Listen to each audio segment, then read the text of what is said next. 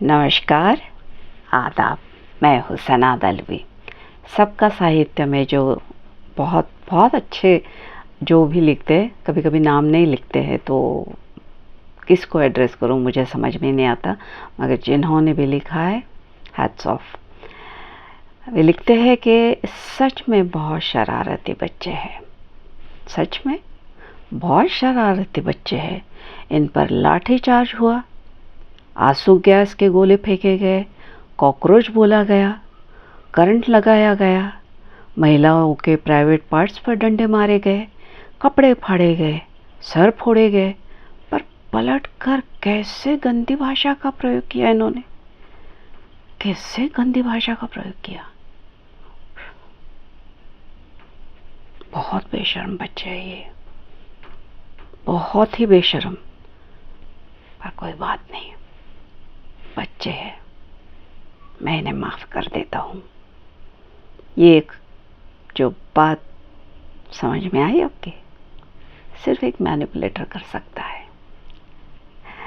और ये बात सारा देश देख रहा है, जान रहा है, समझ रहा है। इसी को हम घर पे बातें कर रहे थे तो मेरी बेटी ने मुझे समझाया कि ऐसे लोग नार्सिसिस्ट होते हैं। तो मैंने पूछा कि उसका मतलब क्या होता है।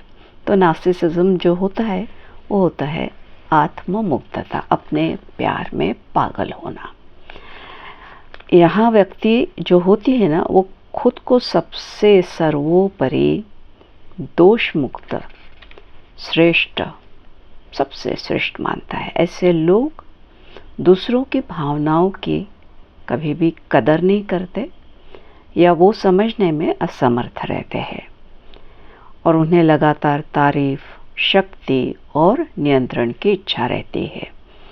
मनोविज्ञान के अनुसार नार्सिसिस्ट व्यक्ति वह है जो अत्यधिक अहंकारी, अपनी झूठी कहानी या अतिशयोक्तिपूर्ण महानता, जैसे कि मैंने अपने जीवन में ये किया, मैंने अपने जीवन में वो किया, और सहानुभूति की कमी से ग्रासित होते हैं।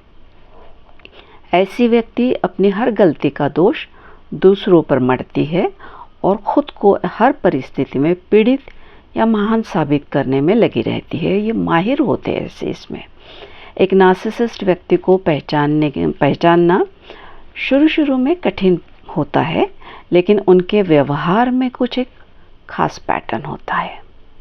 जैसे कि लोग मानते हैं कि वे सारे नियम, कानून और नैतिक सीमाओं के ऊपर है, जैसे खुद को ईश्वर बनाना, ईश्वर से सीधा संवाद करने की बात करना, इत्यादि इत्यादि। इन्हें दूसरों के दुख, पीड़ा या भावनाओं से कोई फर्क नहीं पड़ता। ये लोग अपनी गलती स्वीकार कभी नहीं करते।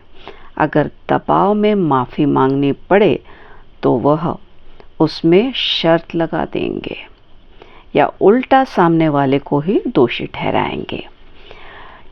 छोटी सी आलोचना या सवाल पूछे जाने पर भी ये अत्यधिक आक्रामक, रक्षात्मक या अपमानित महसूस करने लगते हैं। सबसे मज़ेदार किस्सा तो तब होता है जब कोई नार्सिसिस्ट व्यक्ति बड़ी समस्या या किसी गंभीर गलती में फंस जाता है, तो सीधे रास्ते से भागने के बजाय बेहद चालाकी भरे मनोवैज्ञानिक खेल खेलने लगता है।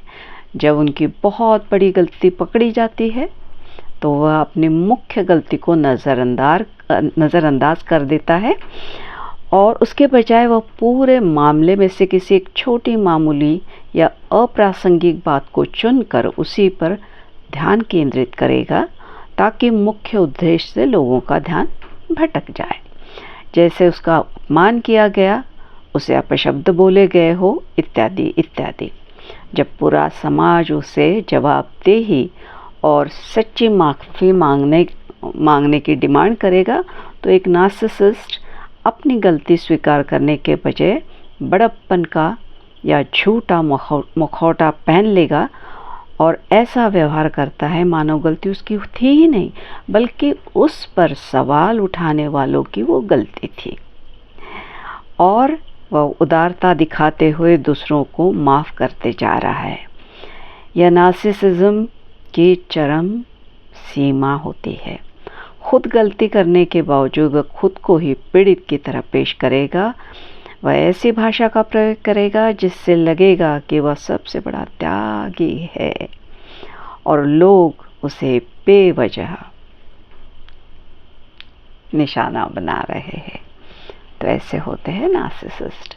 ऐसे लोग हमारे सबके ज़िंदगी में होते हैं, सिर्फ उनको पहचानना ज़रूरी होता है। बहुत बार हम उन्हें यही समझ लेते हैं कि ये लोग हमारी बहुत भलाई चाहते हैं, ये बहुत उदार है, ये बहुत दिल के अच्छे हैं। मगर वक्त आने पर धीरे धीरे जब पता चलता है, जब आप सवाल पूछते हो, ये बात उनको बहुत खटकती है। फिर सारे के सारे उस सवालों को नज़रअंदाज, जो मेन होते हैं उसको नज़रअंदाज करेंगे। एक छोटी सी बात पकड़ के कहे, ये तो तुमने कहा था, ये तुम्हारी तरफ से मुझे किसी ने बताया कि तुम ऐसा सोचते हो, तुम ये करते हो, तुम वो करते हो। धाई धाई गोलियां। आपको बस चुप कराना और किसी भी चीज़ को नकारना, ये उनकी पहली पहचान होती है।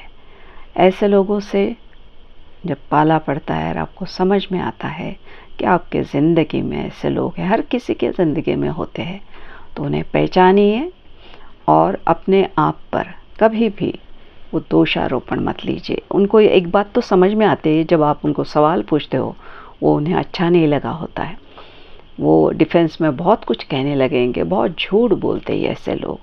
तो इन्हें समझिए, देखिए, परखिए और इन्हें अपने आप से 4 कदम दूर रखिए। एक बाउंड्री लाइन खींच लीजिए, ना उधर जाना, ना उन्हें इधर आने देना। अपनी जो मन शांति है उसे कायम रखिए।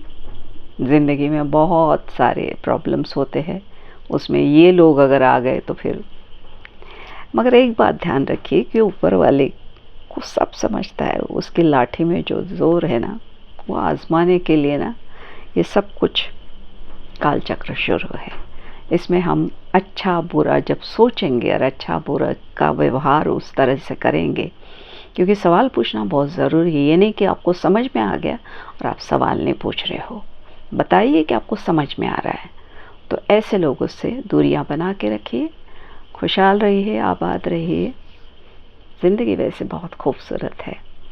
बस इस वक्त आपके लिए इजाज़त लेना चाहूँगी। फिर मिलते हैं किसी और ऐसे ही मनोवैज्ञानिक विषय पर बात करने। ठीक है, तब तक के लिए आप अपना ख्याल रखिए। गुड नाइट, शुभ रात्रि, शब बख़ैर। धन्यवाद।